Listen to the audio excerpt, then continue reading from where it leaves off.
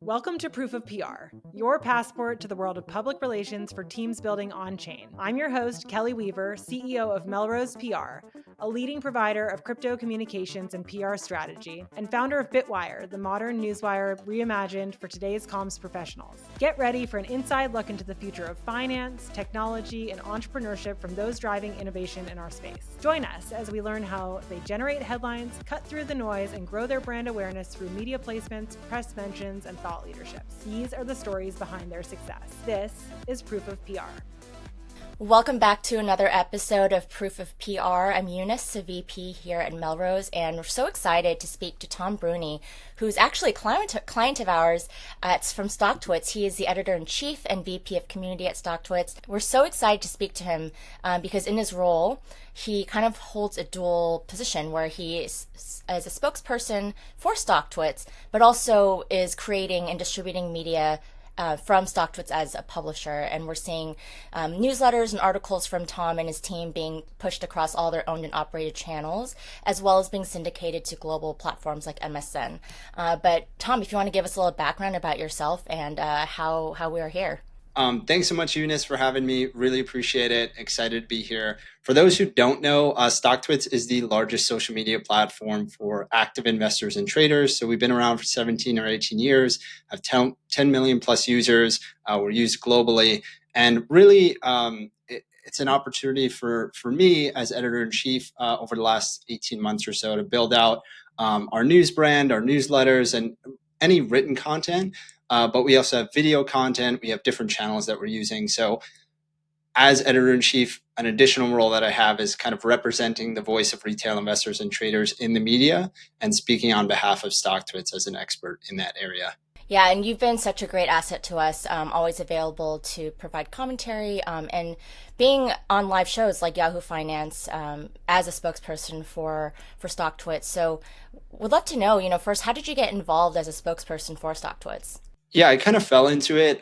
So my background, I was previously trained as an accountant. Then I moved into being an analyst on Wall Street. So I spent about 3 years in that role where a lot of times my work was being shown in the media, but behind the company brand or the spokesperson brand. So I was used to interacting with reporters and just kind of getting our messaging out there and creating clear and crisp messaging that connected with reporters and producers and other media professionals.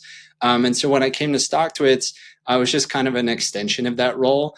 I'm here based in New York as well, so I have a lot of my own connections that I've built over the years. And so anytime there was an opportunity for us to insert ourselves into the conversation and bring retail investors and traders along for the ride, I was the person that they kind of tapped to do that. Yeah, I'm so curious. You say you started out as an accountant, so you're behind a screen, looking at data, crunching numbers, and then you felt like it was a pretty natural transition to becoming a spokesperson once you joined Stocktwits. How did that transition happen? I mean, I'm just thinking, most times spokespeople are trained in the marketing maybe side or the communication side of things, but you're coming from the number side.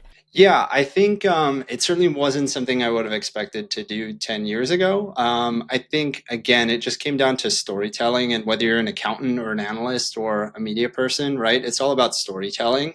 And so my accounting background really helped me tell compelling stories. And then the media side really was just about getting the reps in and getting comfortable with myself as a person on camera. I think if you have a strong level of expertise in an area, it's a lot easier to chat about. So yeah, I just focused on knowing my area of expertise very well. And then the conversation part kind of came naturally. I think sometimes when we are speaking to reporters, going through, especially with live interviews, they sometimes will throw curveballs at us and ask questions that maybe we aren't an expert at. So, and I'm sure it's happened to you, it's happened to the best of us. When that happens, how do you stay credible, when you aren't an expert at every topic? Yeah, I think honesty is the best policy. If you don't know something, it's better not to try to fake it till you make it. I'm generally upfront with them and say, hey, not really fully versed on that. Here's some initial thoughts I have, but I'll follow up with some data or some additional insights as soon as possible. And generally, they're okay with that. They'd rather you kind of punt rather than try to give an answer that you're not sure of. With that being said, I think if you're fluent in kind of your area of expertise and you know the core messaging that your company is trying to get out there, it's generally pretty easy to move the conversation back to the angle that you are there to kind of to get out there. So I try to find that little, sometimes it's as small as like a piece of string, but I try to find that connection and just see where I can bring the conversation back to where I'm most comfortable. And then if they really want to know additional details about some of the other areas that maybe I'm not as well versed in, typically a follow-up is usually easy to arrange. I feel like because you are someone who is also, creating content, you have a good sense of how to kind of go around these questions and provide answers that that a journalist or a producer is gonna want to hear. Interviews don't always go as planned, and sometimes they can kind of fall apart. And so, would love to hear from you if you have a moment. Is there a moment you can share from an interview that didn't go quite as planned, and what was a learning you got out of there that you've kind of held on to ever since? Yeah, I mean, there's plenty of them, but I think one that stands out to me is like the first time we were contacted by like a tier one publisher, like the Wall Street Journal, and I wasn't at my other firm, so I didn't have like the kind of resources that I had there in terms of like somebody to go ask questions to. I was kind of on my own here at Stocktwits for a bit there, and we got outreach from the Wall Street Journal, and I was super excited. I was like, wow, we're gonna like nail this. And I just remember they asked me one question, and then I rambled probably for like 20 or 30 minutes and just gave them so much information that by the time the article came out, it was a long article, but they only used like an offhanded quote that I put in there. And I was like so disappointed. I was like, man, I gave them so much information, like they didn't use any of it. But then I realized like after that conversation, oh man, I did not give them enough space to even, digest what I was saying or ask follow-up questions or get the information that they needed. So the lesson there for me was, dead air or kind of quiet space is okay. You don't need to fill it at all times. And then the second piece of it is kind of being direct and giving the reporter or the media personality what they need, and then adding anything additional that you might have to add at the end. That you bring up such a good point. As a PR agency, we work with a lot of first-time founders or founders who maybe aren't used to being in the spotlight, but now because they're a CEO, they have to be a spokesperson. And so we do a lot of media trainings. And one of the things that I like to always tell our clients in media trainings is if there's dead air, it's not your job to fill it. Once you answer a question and you're satisfied with the answer, it's okay to stop talking and let the journalist then restart the conversation, because a lot of times it's a tactic that journalists will use where if you stop talking and they stop talking, you start feeling uncomfortable and you want to fill that space. And then you end up rambling or sharing information that you probably shouldn't be sharing. So that's a great thing that I think you learned on your own and that we teach a lot is just answer the question and then stop talking. Yeah, exactly. And I think the main idea is to have your messaging down up front. It definitely helps when you know that like, hey, here's the soundbiteable answer that I have. I'm going to get that out there and then just wait and see if they want more information, they'll ask for it. If not, then like you've done your job. So less is more generally. And that's something I've had to learn over the last, even 4 months working with you guys. And that's probably why we haven't had to do a media training with you, because you already know all of our secrets that we teach in our trainings on how to have a successful interview. Thanks for that. Yeah, those are two really great points, and ones I think that even seasoned spokespeople can always have in their back pocket and just be reminded of. Don't talk too much and know what your points are that you want to get across in every interview. Taking it back to Stocktwits and your work at Stocktwits, it's primarily known as a community platform, but I know that there is space to grow more as a content creation ecosystem and creating more programming. But in terms of it being community, it's a community for retail investors. It's the biggest one out there. Would love to know, like, how has the rise of social and other direct to audience channels really changed your role as a company spokesperson? Yeah, I think the ecosystem has shifted over the last 5 years where, during the pandemic, the thought was retail investors and traders are here for a moment. And once the world opens back up again and they have other things to do, they will get out of the market entirely. And we've not seen that be the case. Instead, we've seen companies who embrace retail investors and traders as dedicated shareholders for their company and create messaging for those that shareholder base. Those companies are succeeding, and those who are just focusing on institutional and not really acknowledging retail as the force that it's become, they're really kind of losing this PR battle or this investor relations battle. So for me, my role hasn't really changed all that much. My job is still to be the voice of the retail investor and trader, talk about the trends I'm seeing, where people are focused, where money is flowing. And it's interesting because I have to serve a lot of different audiences, right? I have to create content that's good for our specific audience who are active in the market, trying to make money day in and day out.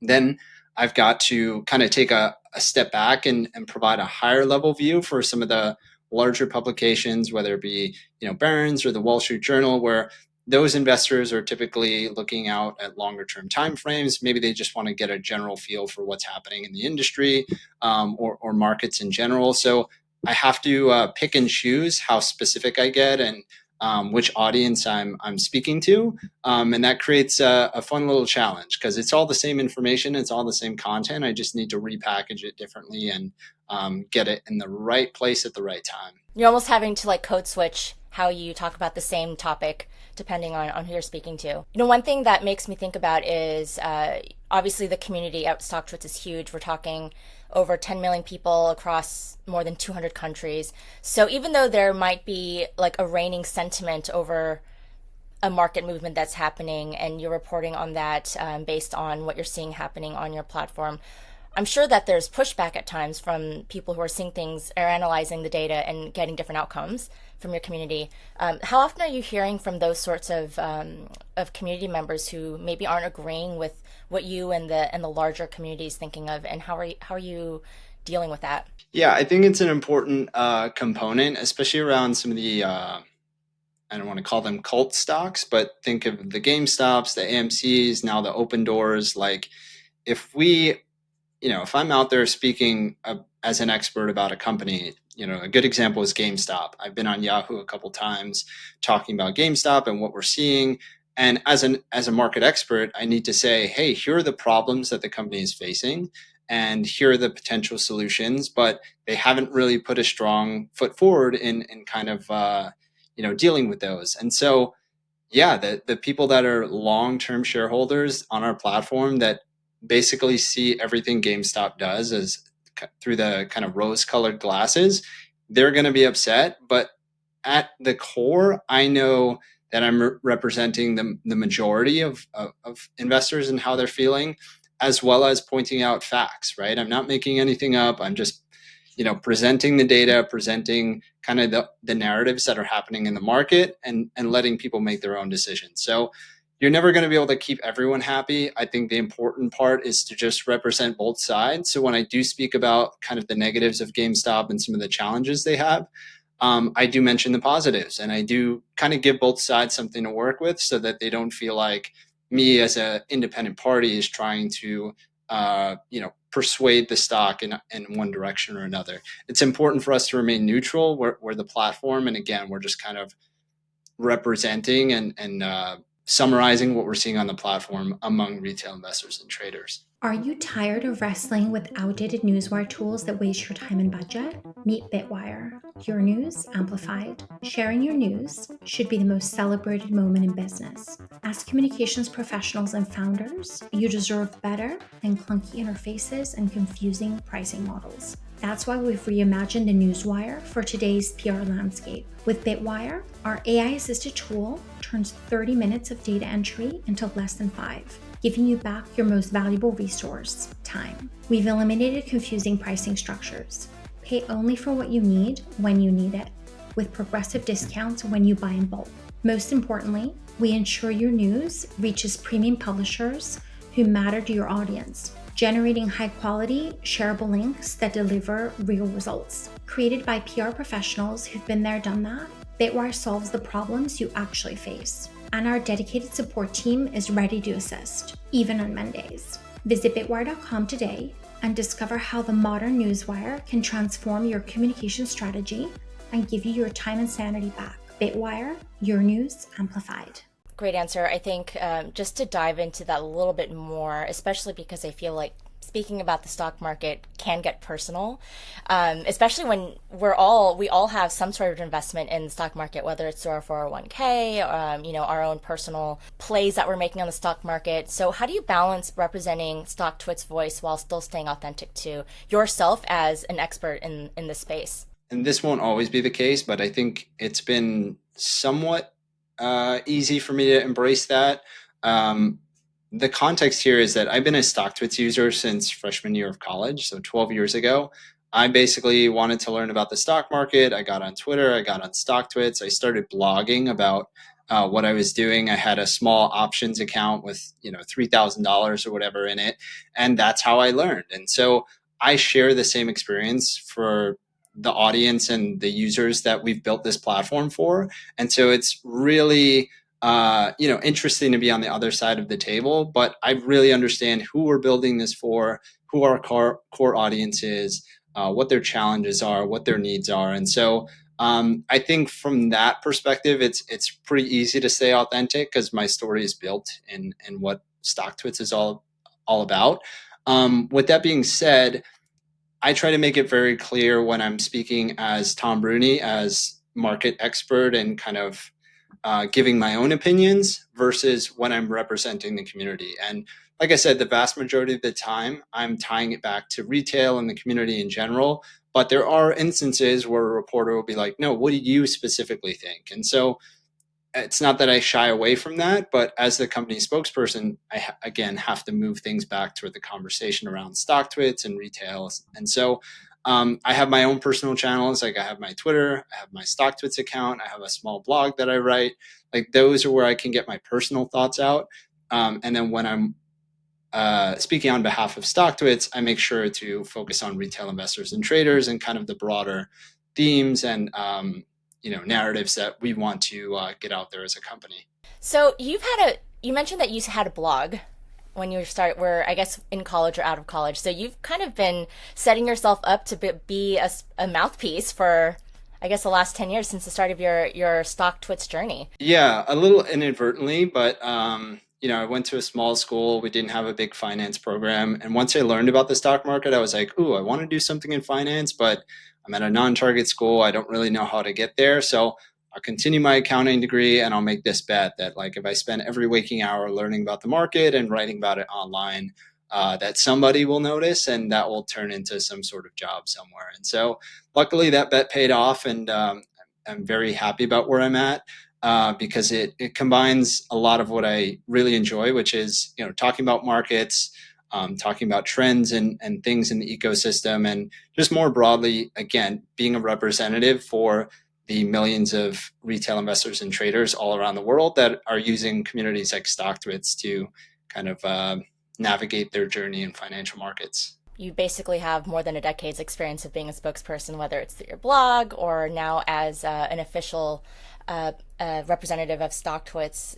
Is there any advice that you would give to someone who wants to become a spokesperson or is currently being groomed to become a spokesperson of their organization? The biggest piece of advice that stuck with me maybe 10 years ago when I started meeting a lot more media professionals is that everyone you idolize on TV, all the people you see in the news, all the people running podcasts, like they're just people. They're experts in their area, but at the end of the day, like whatever they're doing, you can replicate through hard work and, just kind of developing the various skill sets that are needed to succeed as a spokesperson. So once I started meeting a lot of the kind of media personalities that I saw on CNBC and like on Bloomberg all the time and like idolize them, I was like, these people are gods in my view.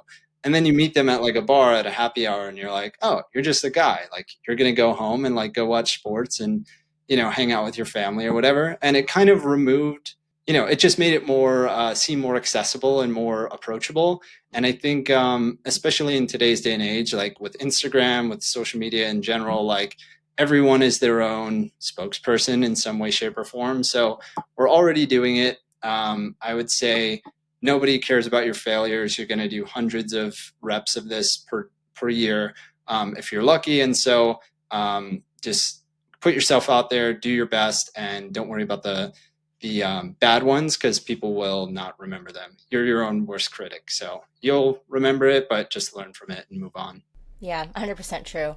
I think one thing that I have trouble with, being a PR person, I am a PR person because I like to be in the background and let other people shine. And so when I'm given opportunities to be in front of the camera, it's very nerve-wracking. I don't want to do it because I don't want to see my face or hear my voice. But then to your point, like we got to where we are because we became experts in our field, and we know how to speak to the topics that people want to hear about. And so just have to, stop being our own worst critic and just do it.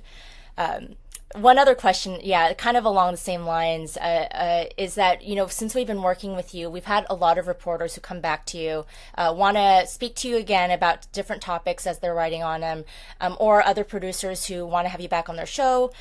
So you've clearly made yourself into a pretty invaluable resource to producers and to reporters. And they're always wanting to come back to you because they trust you and they trust your point of view. How do you ensure that you stay this sort of resource? And what do you do to become one for a new contact? So I think there are a few key components of being reliable and being a go-to source. I would just sum it up by saying be easy to work with. So that in my case means checking email quickly or responding to pings quickly, being proactive when I see something that I think is noteworthy and getting it out on a timely basis, taking opportunities that others might pass up. Most recently, like Yahoo Finance tends to contact me and is like, hey, it's 4:30 on like a summer Friday. Do you want to come into the studio and be on our show? I would much rather be at the beach, but I know that if I'm make myself available and take advantage of that opportunity, I can be a reliable source for them, and that they'll give me other priority and future spots. And so, you just have to be kind of in the mix. You have to provide the universe opportunity to give you different opportunities. And the best way to do that is just being easy to work with, being accessible, and being proactive. I think in terms of developing yourself as a source for a new contact, generally, I try to do a lot of research on the people that I'm contacting and see what they're writing about. The best way to make an impression is by showing that you did your homework and saying, hey, I saw you did this report on retail this week. We saw some really interesting data on XYZ stock that might be of interest to you. Just letting you know, and like if you need anything, reach out. I've used that tactic with you guys, many a times, and we've had great success in kind of getting that initial foot in the door and then becoming a reliable source for those types of people. Spoken like a true PR professional. Know who you're speaking to and do your research and know who you're speaking to. Yeah. Thanks so much. I have one last question for you. What's the best media tip that you've ever received? The best media tip I've received is probably just don't overthink it. Again, going back to the point I made earlier, you're going to do hundreds of reps if you're lucky. Don't sweat the small stuff. Not every day is going to be perfect. Not every opportunity is going to be 100%, but put yourself in the room, take the opportunity, learn from it, and continue to develop your craft. And smile more. I tend to forget to smile. I'm sure I'll look back at this podcast and be like, oh man, I probably should have moved my face a little more. But those are the key tips that I've tried to lean on. Well, Tom, thank you so much for joining us on Proof of PR. This has been so interesting to speak to you because not only are you coming to this as from the client side, but you also have so much experience and knowledge around how to speak to media and be in front of media. So really appreciate your really nuanced take on all of our questions in this conversation today. Of course. Thanks so much for having me, and look forward to coming back soon. Thanks for tuning in to Proof of PR. This episode was brought to you by BITWIRE.com, the modern newswire reimagined for today's comms professionals. If you enjoyed this episode, be sure to subscribe, rate, and review us wherever you listen today. To stay up to date on upcoming guests and news, visit proofofpr.com or follow us on Twitter @ProofofPR. Until next time, keep learning, innovating, and hodling.